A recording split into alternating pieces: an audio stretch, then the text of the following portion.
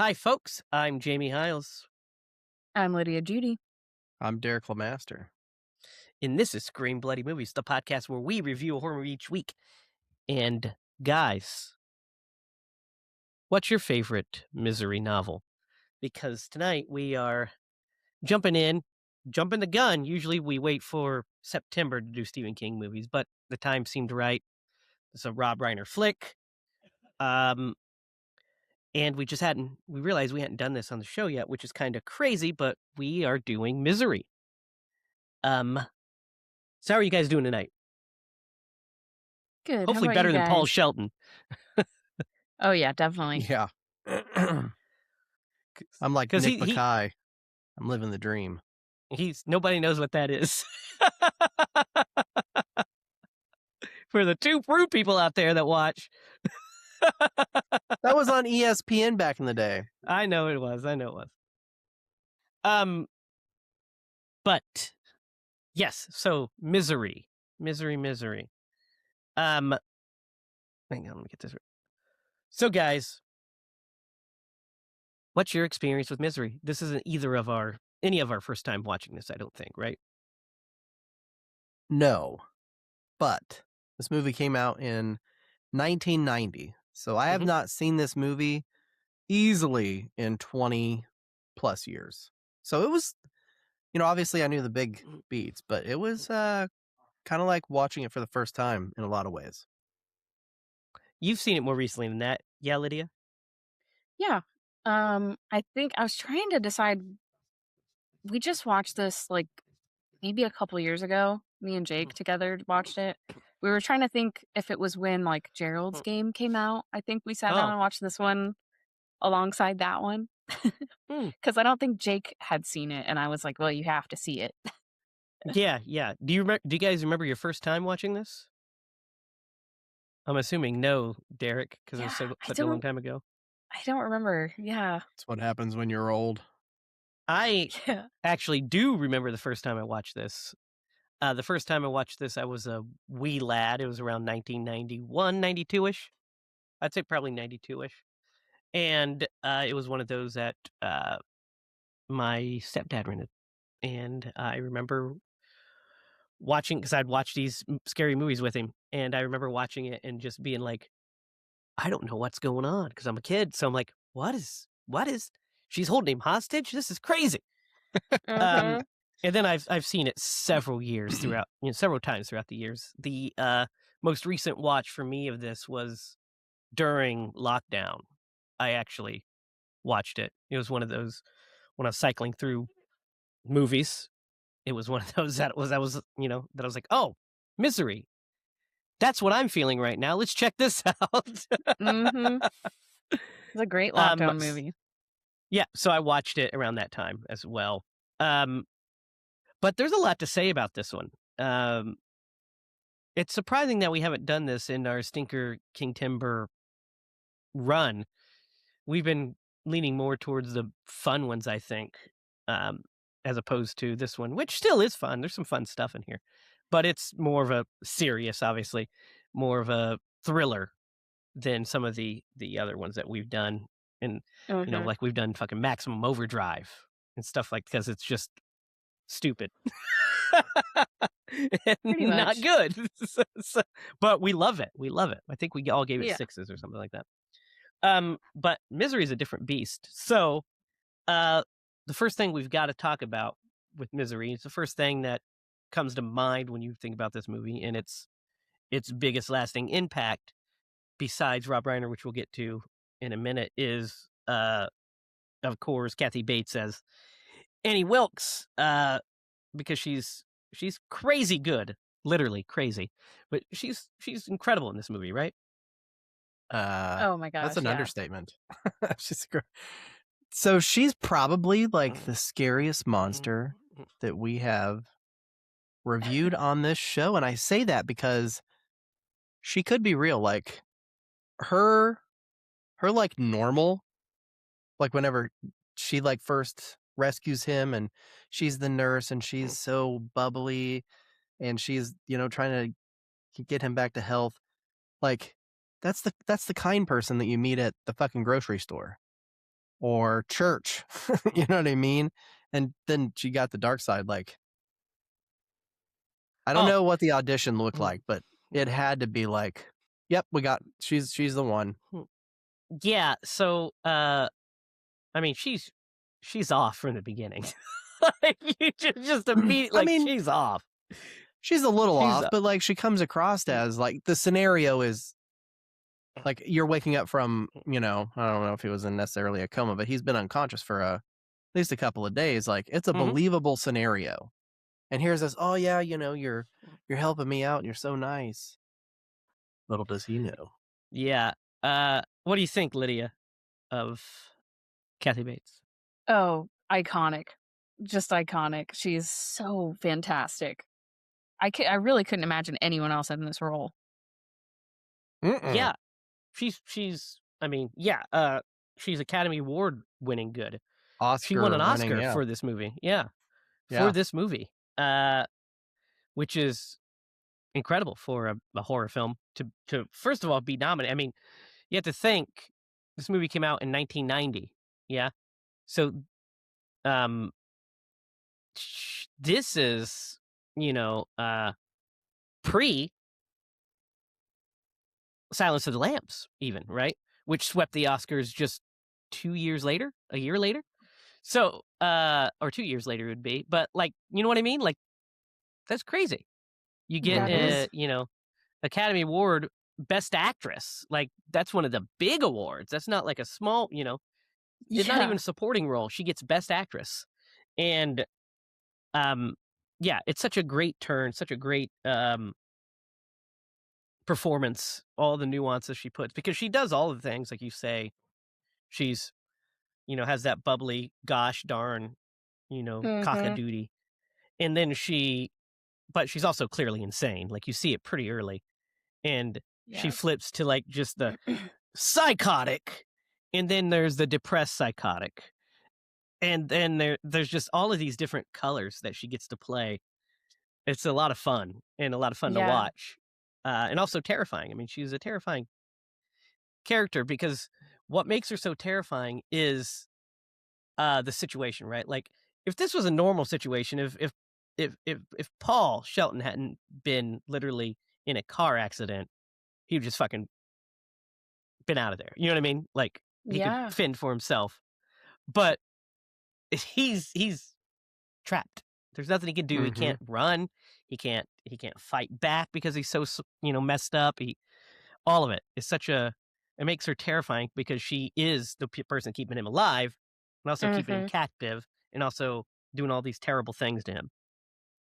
Um, which leads me to let's talk about James Caan as Paul Shelton because he's also incredible and I think he should have been nominated for an Oscar as well because he's fucking great in this movie. Yeah.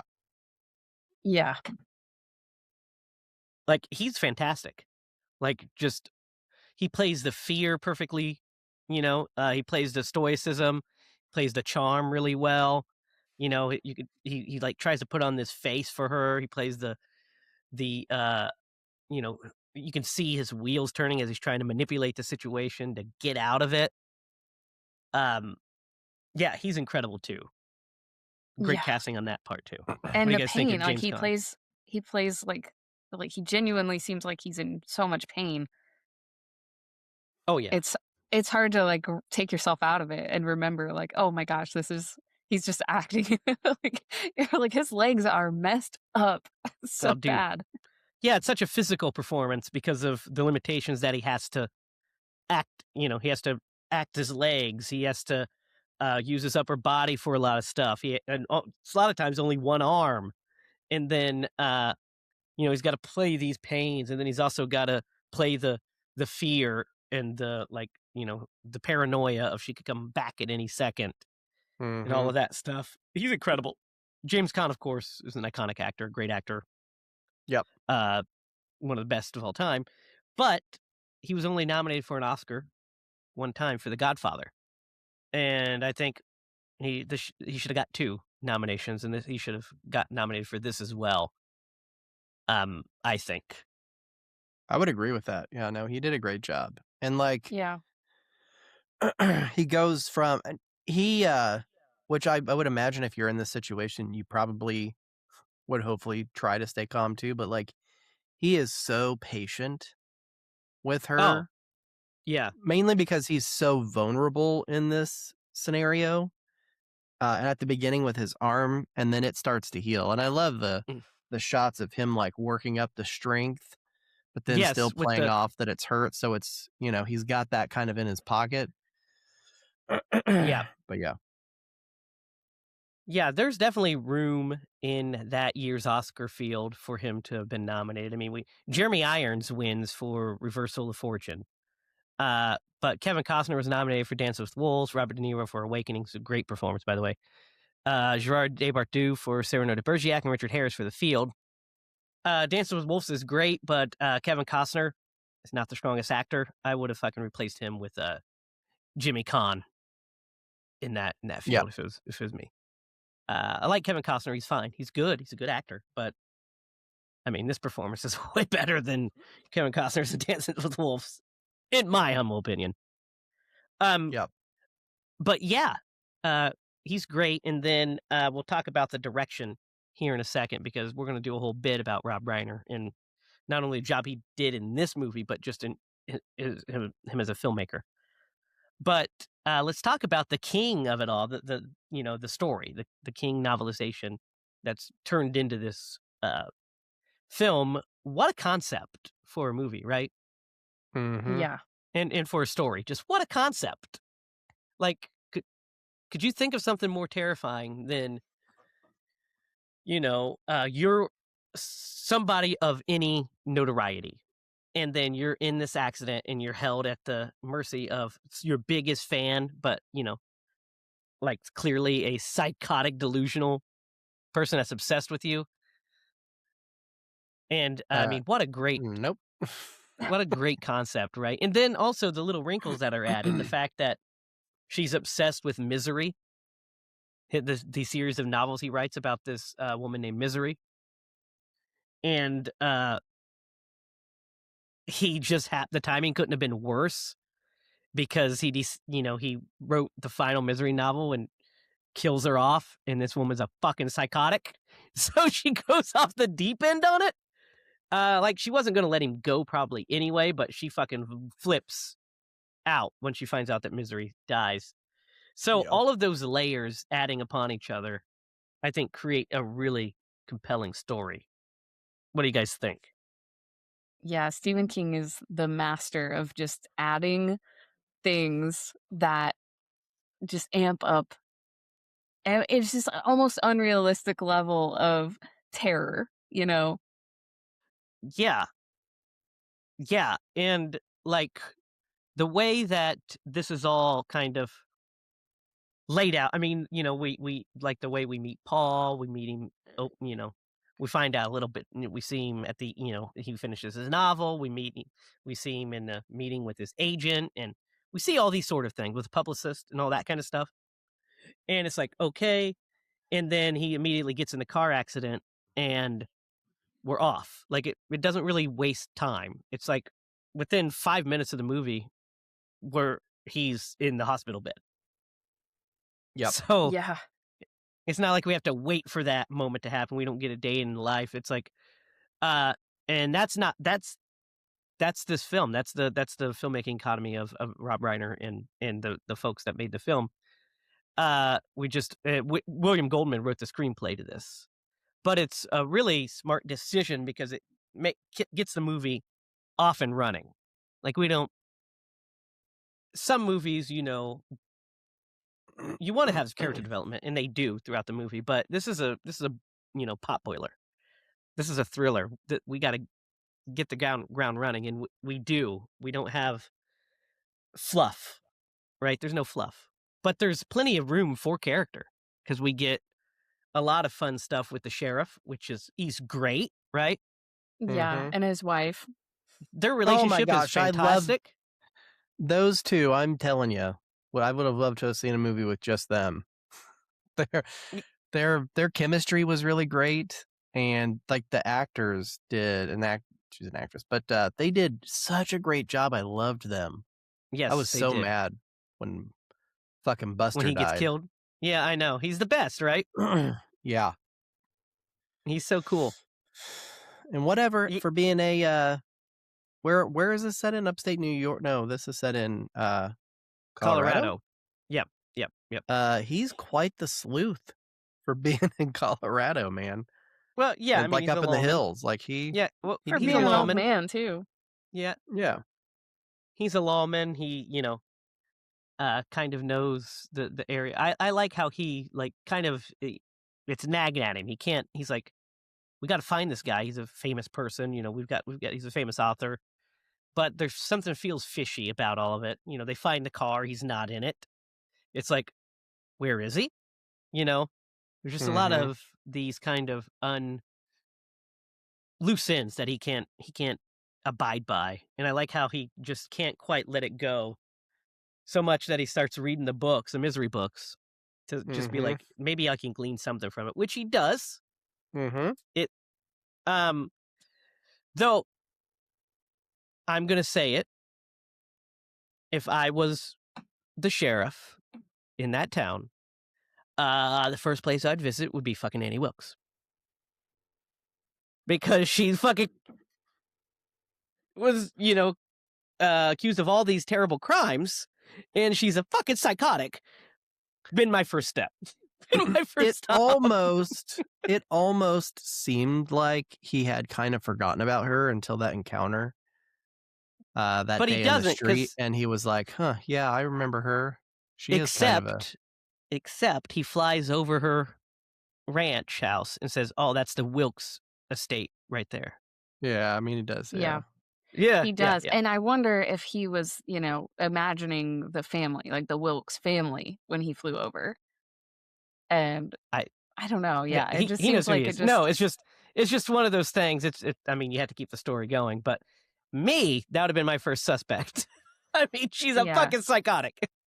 yeah, Oh, what about Annie Wilkes? I mean, she's crazy. Let's see what she knows.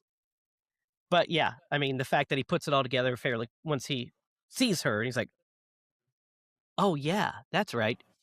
She is the murderer of all these fucking children. yeah. And Let's he look reads that up."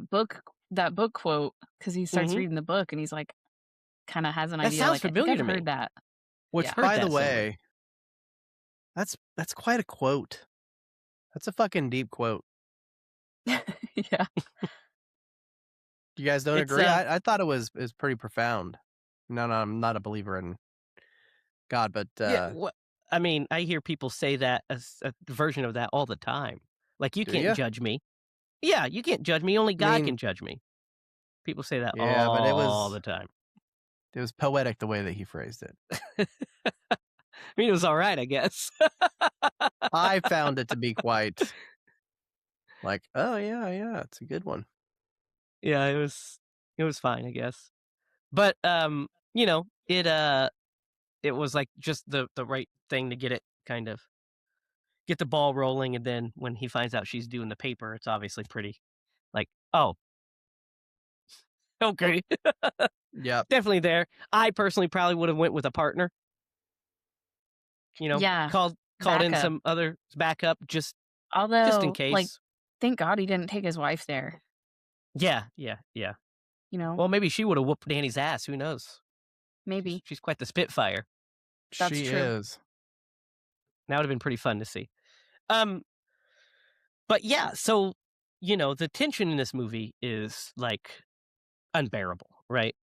Like, there's so Mm-hmm. many great scenes of like near misses, and like when the first time that Paul gets out of the room, and he's trying to make it back in time, and he's covered in pouring in the sweat, is one of my all-time favorite scenes, because the tension of it, the way it's ratcheting up, the way that he's knocks over that penguin, and then when he puts it up and you see it's facing the other way, you're like, that's the wrong way. She's a fucking psychotic, so she's definitely gonna notice.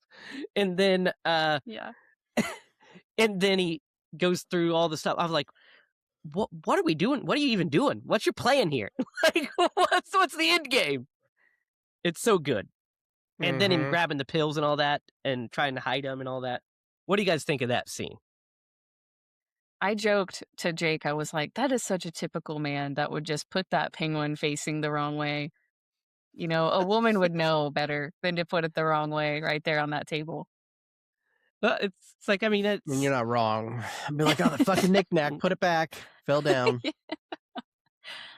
It's like, yeah, I would it's have. clearly facing the wrong way when he puts it like that. It's like, Well, he doesn't even care. typical. He just puts it back. Yeah, he just puts it back.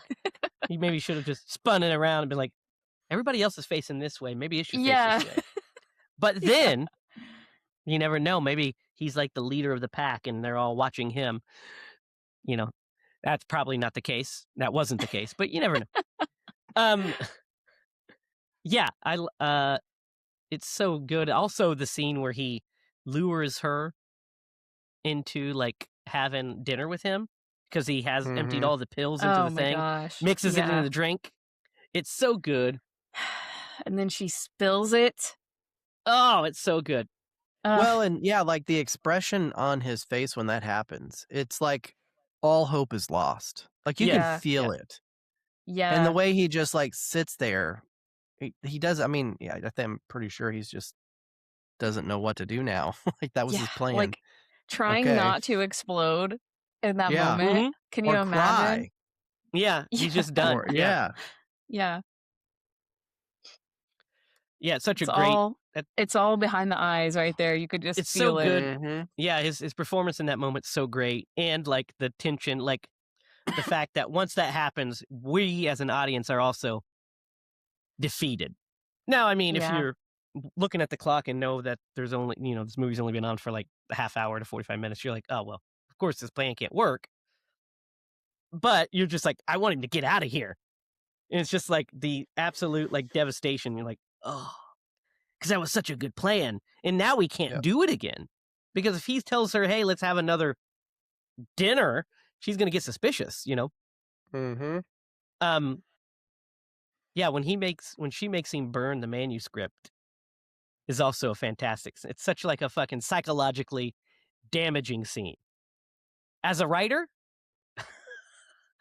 it I was like, "Oh my god." I was thinking of ways, is there a way I could have fucking got that is there a way I could have got that lighter fluid away from her and caught her on fire? Like, I just like, oh my god, or is there a way I could remember it? And then as that scene was playing, I was like, I've backed up all my scripts on that hard drive, right? Yeah, I'd have. Okay.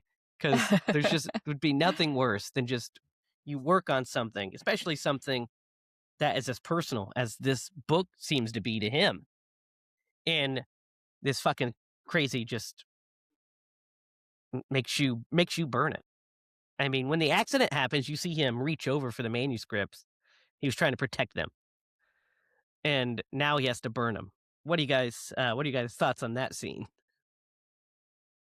Yeah, it's horrible. It's just Yeah, horrible.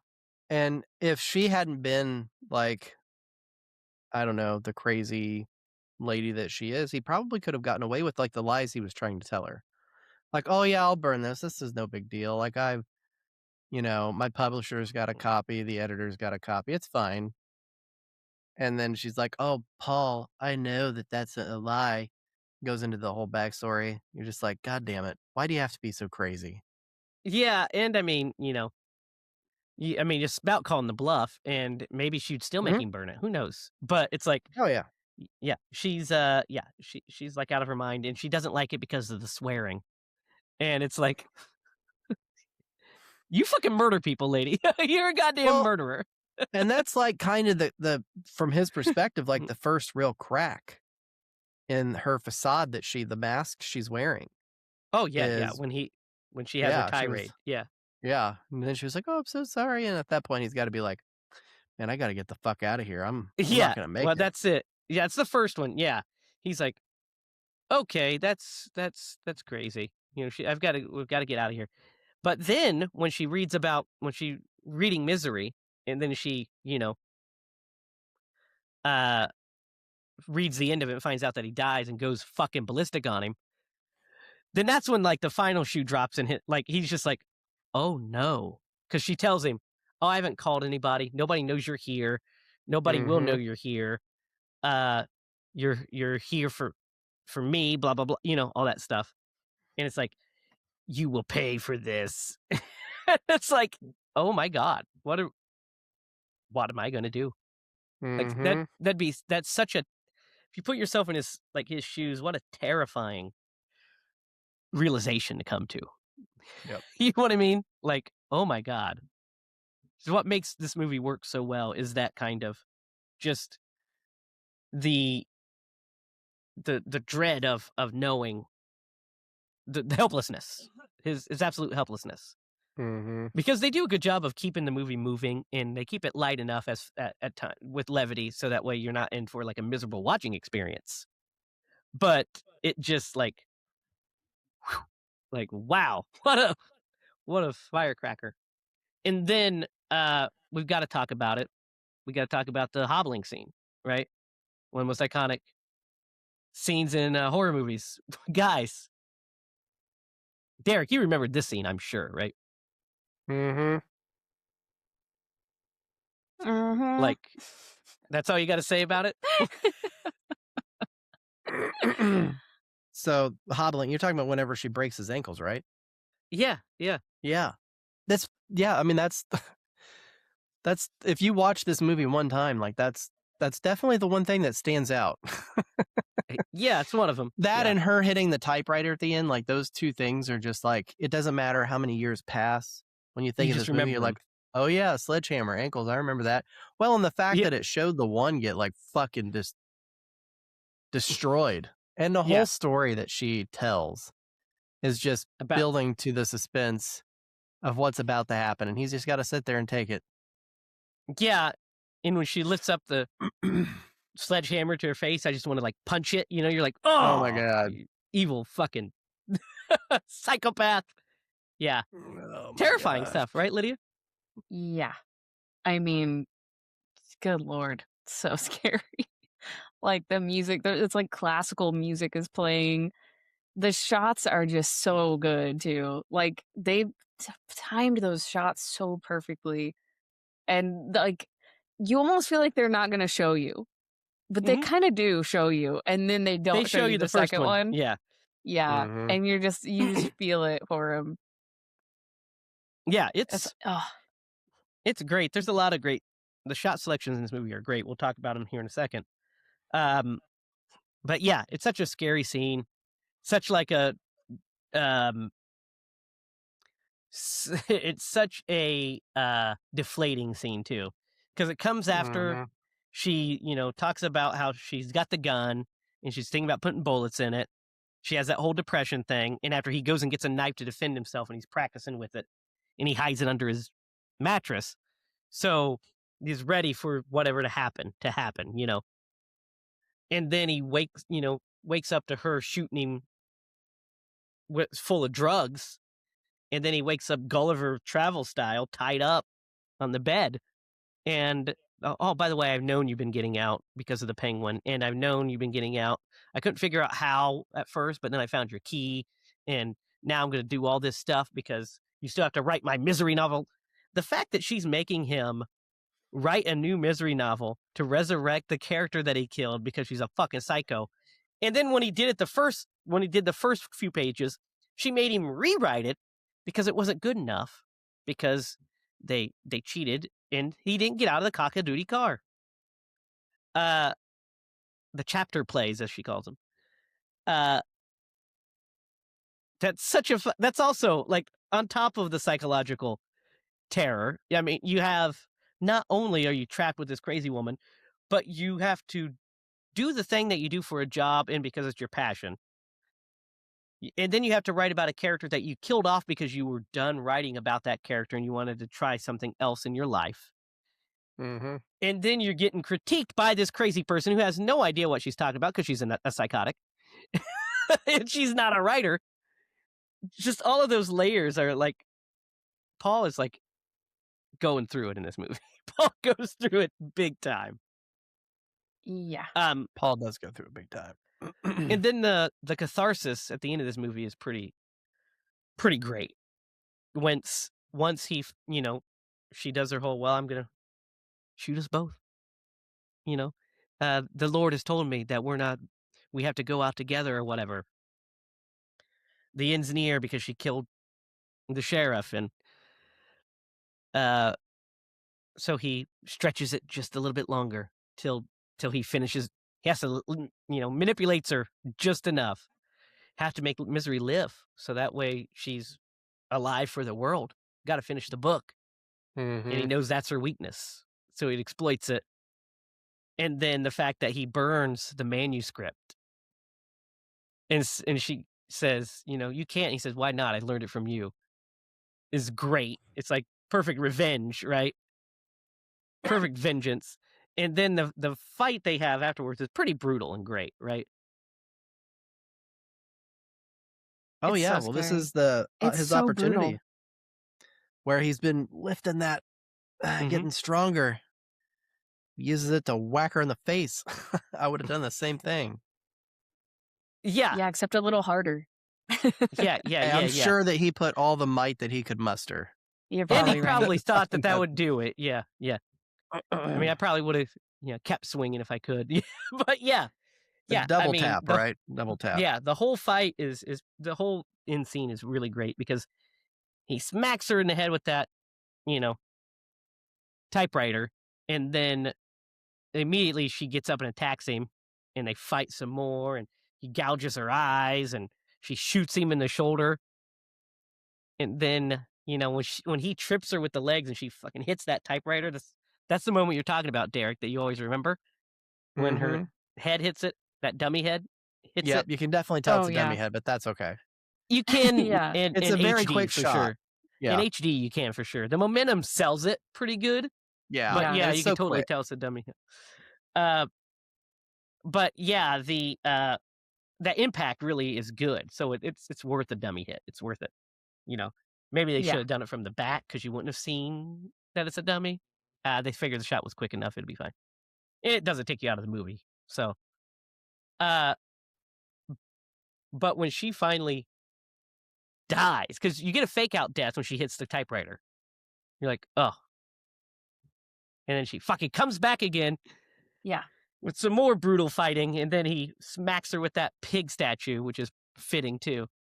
Yep. And she finally bites a big one, and you breathe that sigh of relief. It's a Cracker Jack ending, right? Cracker Jack climax. Oh, yeah. It's so brutal too, For like, sure. seeing the makeup that they put on her, just getting Hmm. hit in the face, and you just see her face just all messed up. She's So, bleeding. so Yeah. brutal. I mean, Yeah. they did skimp out a little bit on his face at the beginning, like after the car accident and she's pulling him out. You're just like, man, they could have spent a little more time on Dude, the effects of yeah, his face. Either way. they spent all Yeah, the she time looked on his great. legs, because I Oh think Yeah, my he he had a had, little God, like, bit. man. He his had a couple of facial lacerations. His face was fine. It's mostly his His legs look legs that were fucked up. fucking terrible. yeah, Not the best. really, really bad. Yeah, that and then the actual ending where he has written that he's 18 months later, he's moved on, he's wrote this book that he's getting great reviews for and all that kind of stuff. But he's still, he's like, I wrote it for me. And then he's told, hey, or she asks him, hey,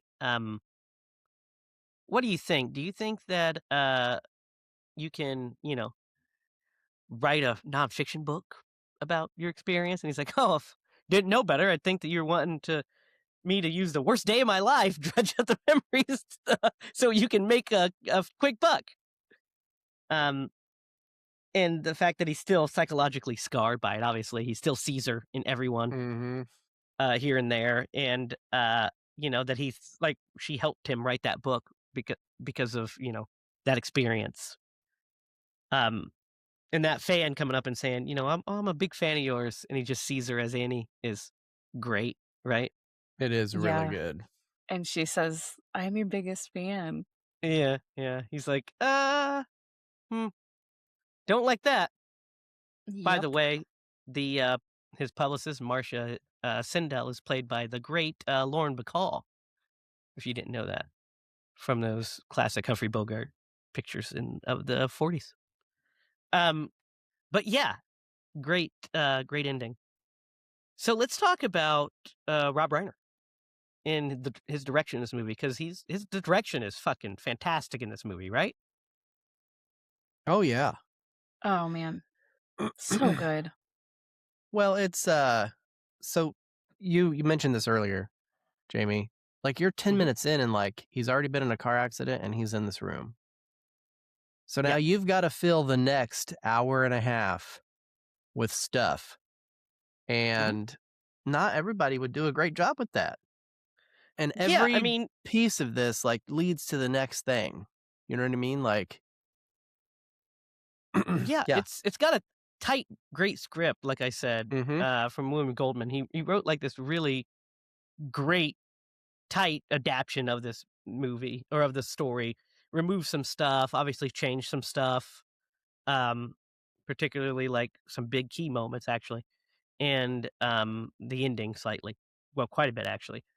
Um, but like we get this tight script, but you still got to make a movie that's interesting, visually interesting, that is that moves, has tension. And Rob Reiner like directs the shit out of this thing. Like the shot selection is incredible, especially the use of like those wide angle lenses on uh Annie, those big push-ins on her face when she's Mhm. going into her fucking crazy mode. I love those. And like those shooting her low so she's big with her like cock a doody car and stuff, and you're like, ugh. She's fucking crazy. Yeah, And just like those like I said, the tension, like that, the the the everything about that scene, his first scene out, when he's trying to, the way that's intercut with, and the editing in this movie is top notch as well. But the way it's all intercut and put together of her arriving and him getting into the house, and then all they're intercutting. And then when she arrives and she sees him pouring sweat and he has to feign pain, it's so good, so good. it And is. that performance, the performances that he gets out of every single actor in this movie is incredible, Yeah. Yeah, absolutely. like next level. Um, Rob Reiner, of course, as everybody knows, recently passed away under tragic circumstances. But he's a Mhm. filmmaker that I've long admired. I've long loved a ton of Rob Reiner movies, from Spinal Tap, which is one of the all-time great comedies, to A Few Good Men, one of my all-time favorite courtroom dramas, with some also stellar performances, right? Um, Princess Bride, everybody loves, and Mhm. then you know tons and tons of others. One of my personal favorites is a guilty pleasure movie of mine, as you say, is one of the greatest romantic comedies ever made, When Harry Met Sally, all timer. Yep. Yeah, yeah. And And didn't then he do Stand By Me? of course, one of the all time greats. One of Yep. my favorite movies ever. Yep. Yep. Yep. There's so many, so many. He also directs Kathy Bates not too long after this in Dolores Claiborne, another Stephen King adaptation. The American President's one of the best. Sleepless in Seattle. Who could forget he acts in that? But yeah, I Mhm. mean, he's just like, and of course, him as a performer was incredible too, with All in the Family and all that stuff. I remember watching All in the Family as a kid and just being like, you know, just loved it. Thought it was really Yep. funny. Didn't really know what was going on, but like, this is a fucking funny movie. It's a funny show. Um, Ghost of Mississippi is also a classic one, and his role in freaking he directed The Story of Us with Bruce Willis and Michelle Pfeiffer. I don't know if you ever seen that movie. It's a romantic comedy. It's pretty decent, but he plays Bruce Willis's best friend, and he fucking cracks me up in that movie. It's so stupid, but yeah, great filmmaker. And in this movie is like, I think, one of his all time bests. It's such a suspenseful, excellent thriller, right? Mhm. Yeah, he just gets it. Oh yeah, yeah. Oh yeah, definitely gets it. Um, The American President, also a great one, by the way. Uh, isn't that crazy? That like the range. Think about the range of those movies I just, you know what I mean? Yeah, that's what I mean. I'm like, he gets it. He Yep. understands. Yeah, yeah, yeah. He just gets it. But like, some of the fact that he basically bookended his career, unfortunately, tragically. But the fact that his first movie was Spinal Tap and his last movie was Spinal Tap 2 is kind of, symmetrical, right? Poetic in a Yeah, really cynical is. way. Yeah. Yeah, yeah, it's pretty interesting. The Bucket List is one that people enjoyed a lot. One that a lot of people did not enjoy famously is North. Do you guys remember North with No. Elijah Wood and Bruce Willis? Yes. Yes, It's I a do. it's a famously hated film. Um, it didn't get great reviews from a lot of people, but Roger Ebert famously hated North and just talked about how shitty it was. He hated it for some reason. I didn't think it was great, but I also didn't hate the damn movie. You know what I mean? But Mhm. yeah, he hated it. And that just always cracks me up every time I think about it. But he's also an incredible comedy writer as well. Um, wrote for the Smothers Brothers and what have you in the '60s. Also, so did Steve Martin, by the way. But yeah, And he was Rob Reiner. Meathead, man. He was Yep, Meathead. he was Meathead. Yep. So yeah, Rob Reiner, huge talent's gonna greatly missed by his family and film lovers as well. Uh, but yeah, great stuff with this movie. I think this is one of his strongest. And then we have to talk about the music because the music in this movie is also pretty good, right? Mhm. Yeah. What do you say, Lydia? I don't, what do I even say? It's just, it's got that perfect film score in it. Like they nailed it. Yeah, especially like you talked about in the scenes with the hobbling and those kind of when Yeah, the and tension and kind it of goes up. starts out with shotgun, like Mm, yeah, very and Stephen it's King it's like thing to do, you know? yeah, and it's very it's kind of an understated score. It's not like "Blah, blah, blah, Yeah. blah," but it's played just enough to ratchet up the tension on those Yes, scenes. the tense scenes are definitely, I mean, I can't imagine. It probably wouldn't, maybe it wouldn't even be as tense without that score. I don't know. Right. It's a pretty great score. The score, by the way, is by Mark Scheinman. And then it's edited by Robert Layton, which we talked about. And here's what's also interesting. You know who the director of photography was for this movie? Barry Sonnenfeld. Are you Who serious? Yes, you guys know who Barry Sonnenfeld is, right? You always bring him up. Like you're like just randomly throw him out there on all the good movies. Barry Sonnenfeld is the director of the Addams Family films. Um Really? I'm yes, sure we've talked about it before, and he's but also a director of a couple movies you might have heard of called Men in Black, Men in Black 2. So good. Yeah. So good. So he became a film director later in his career. Uh, did a lot of stuff, man. He, cinematographer for the Coen brothers. Um, you know, also famously did Wild Wild West, which is his second, team up with Will Smith that did not go near as well. hey, no one bats 1,000, man. That's a rough one. That one's a rough one. It's rough, but it was well loved when it came out, I think. It was by a certain sect of people. I remember going to the movies and watching that movie and being like, "What the fuck? What am I watching? This is a weird movie." But yeah, I a was lot of like great talent I on was like, display in this this isn't movie. Men in Black. Yeah, I was like, there's stuff in it that I kind of liked. I liked Will Smith, obviously, and I like Kevin Kline, but did not care for. I mean, Kenneth Branagh was doing whatever the fuck he was doing. I was like, and then with this no leg guy, and then the giant spider came out, and I was like, what is going on?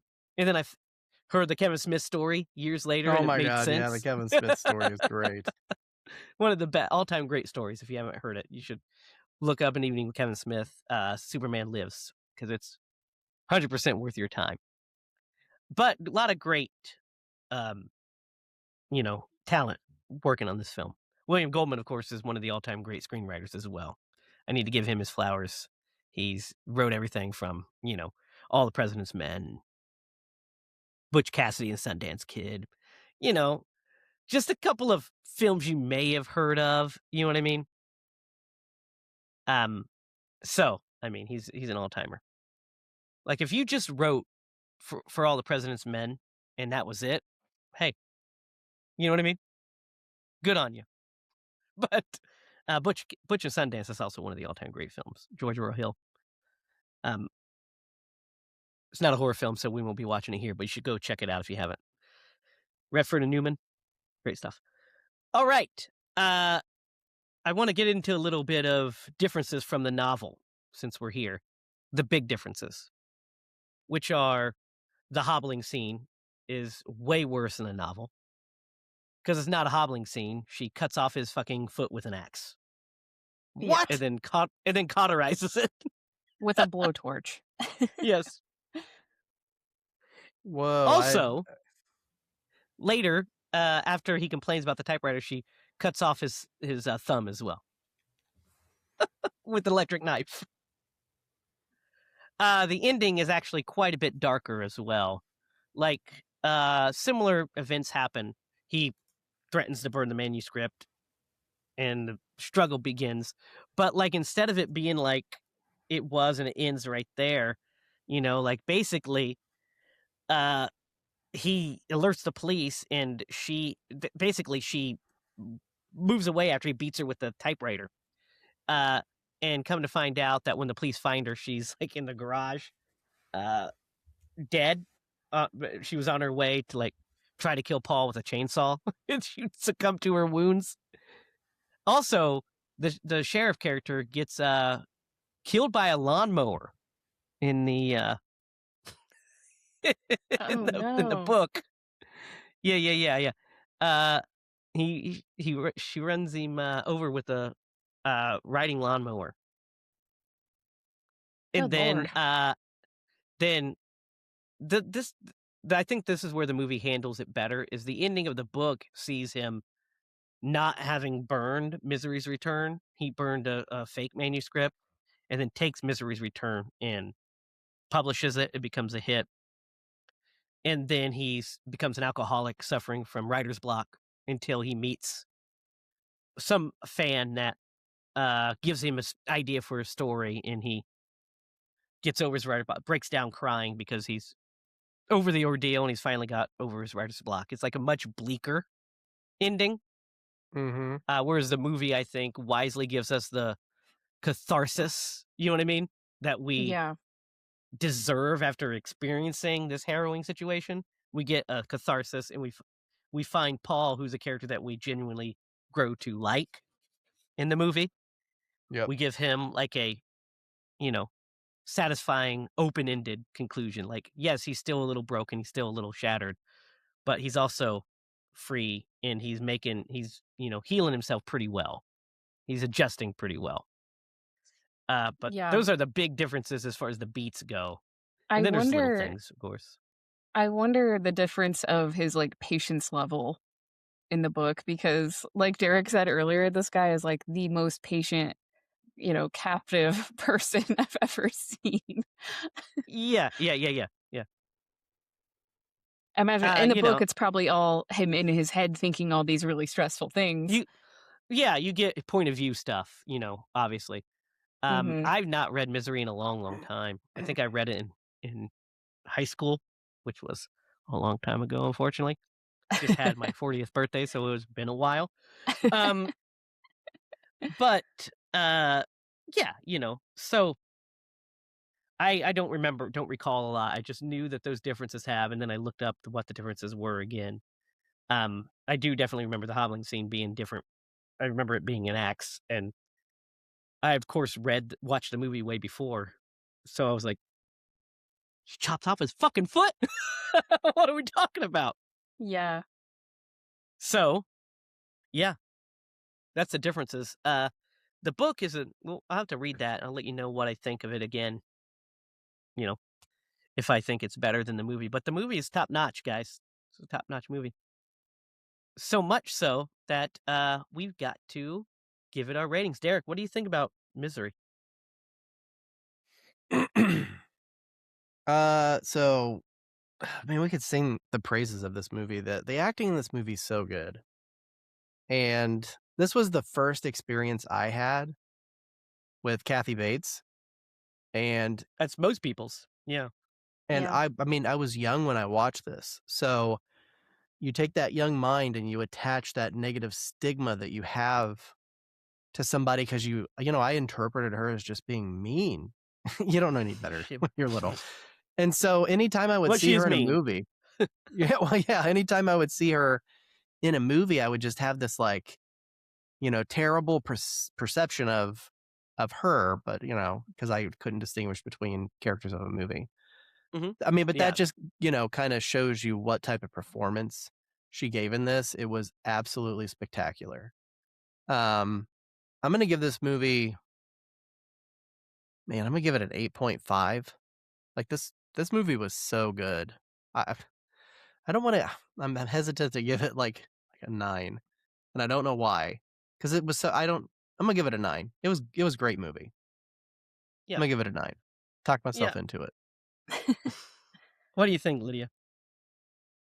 I I feel similarly. I think this movie is pretty iconic. Um I I want to give it a 10. I have no complaints with this movie. I think it's kind of a classic. Yeah. I mean, I don't have. I mean, it's a movie with very little flaws. Like, there's not a lot of not a lot wrong with it. As far as if you're wanting a horror thriller, this kind of checks all those boxes. It's. I think the only thing would be maybe it's a little long, but I think it earns the length that it is. Because there's not like not a lot of stuff you can cut out of this movie. It like kind of moves Mm-hmm. from scene to scene pretty naturally, and then the moments that you have to breathe build the tension. So I've never felt that the movie dragged. It moves at a good clip. It's suspenseful. It's tight. It's under 2 hours. It's tight. It's superbly acted, greatly directed, wonderfully shot. I don't really have a lot of complaints myself. I'm with you, Derek. I'm going to give it a 9. I think it's a great, great horror movie. One of the best Stephen King movies we've done Mm-hmm. is this one. I think it might be the Like, best one we've done so far. well, It's up next to there. Christine, I don't know. Yeah, well, Christine's a fucking another level because it's a Yeah. John It's so Carpenter good. joint, and John Carpenter Yeah. joints get the edge for That's being John Carpenter joints, the style and everything about it. But this movie is pretty. What I like about it is so it's not on Christine level because Christine has all this fucking style and you know what I mean. This yeah. movie is not a style over substance movie. This is a substance movie. This is a movie where it's like um it's not pedestrianly shot, but it's not flashily shot. The camera moves when it needs to move in very dramatic ways when it needs to. It's interestingly shot. Shot selection is really good, and especially to ratchet the tension. To do the job that this movie needs to do, it's perfect. Perfectly shot. So, yeah, I don't have a lot of complaints. I think it's one of the best King adaptations we've done. I'm trying to think of what other one would even be near it besides like Christine, right? Like what other King adaptations are even close to it that we've The done so Tommy far? Knockers. Get the Oh, fuck that out of we here. We haven't even haven't. done That the we. Tommy Knockers yet. Yeah, there's a few that we Maximum haven't. Overdrive. I think probably Yeah. Creepshow is the only one that's close There's as far as there's what so many good ones. But yeah, yeah, but that they're we've all done. with That we've different done. directors, you gotta just kind of take Yeah, that into those account Romero ones too. are good. We've also done the Dark Half, which is solid, but not as good as this. Not even close to No. this. Yeah, no. So yeah, uh, great film. We love it. 9, 9, 10. So now it's time to Atkinize this movie. Who would the great Tom Atkins play in this? Oh man. The helicopter pilot. Well, I mean, if we had to replace a character, if we had to Oh replace an man. actor, it would have to Could be. you I imagine? mean, It would have to be Buster. Buster. Yeah, It'd have have to to be be. Buster. I just love that. I love that No, actor's he's great. portrayal. That old man is great. Yeah, it would have to be Buster. Just picture him in James Caan's role, though. No, he'd be incredible in James Caan's role. But James Caan is also incredible in James Caan's role. Yeah. Richard Farnsworth is who plays Sheriff Buster, by the way. If he did play Paul, it would make a lot more sense why she's obsessed with him, you know? Oh, well, 100%. I mean, yeah. Yeah, of course. But James Caan is so great in this. He has so much going on beneath the eyes and all of it. He's just great. That's Misery. So, Lydia, it's your pick. What are we watching next week? All right. I think I have a good one picked out, but I haven't seen it yet, but I've been excited to see it. So, Okay. we are gonna do Last Night in Soho. Ah, Edgar Wright's Last Night in Soho. That's right. That is correct. That is correct. Last Night in Soho is streaming on Amazon Prime Video. You can also rent it from Google Movies, Fandango at Home, YouTube, Apple TV. So, Amazon Prime, check that out for Last Night in Soho. So, that is Misery. Until next week, be sure to watch Last Night in Soho. Be sure to comment down below your thoughts on Misery. What do you think? Is it as good as we think it is? Are we just, on the high of watching it just now? I think it's a banger. One of my favorite Academy Award wins of all time is Kathy Bates' win. Like that's an incredible poll. It's like, oh shit. You know what I mean? Like, she won for the Stephen King horror movie adaptation. Wild. So let us know what you think about the movie. Comment down below on what you want us to do in the future. You can follow us online at HiLaProductions.com. You can also follow us on Facebook at HiLa Productions. Be sure to stay tuned after the episode to watch the opening scene to our feature film we're working on, Sacred Admirer. It's a fun slasher. Comment down below about that as well. We also have some news coming up in the next 2 weeks about the current short we are shooting called High Stakes. We have some news on that. Some big stuff coming up. So stay tuned and follow along for all your HiLa Productions information. So until next week, for Derek Lemaster and Lydia Judy, I'm Jamie Hiles. Remember, if you're going to scream bloody movies.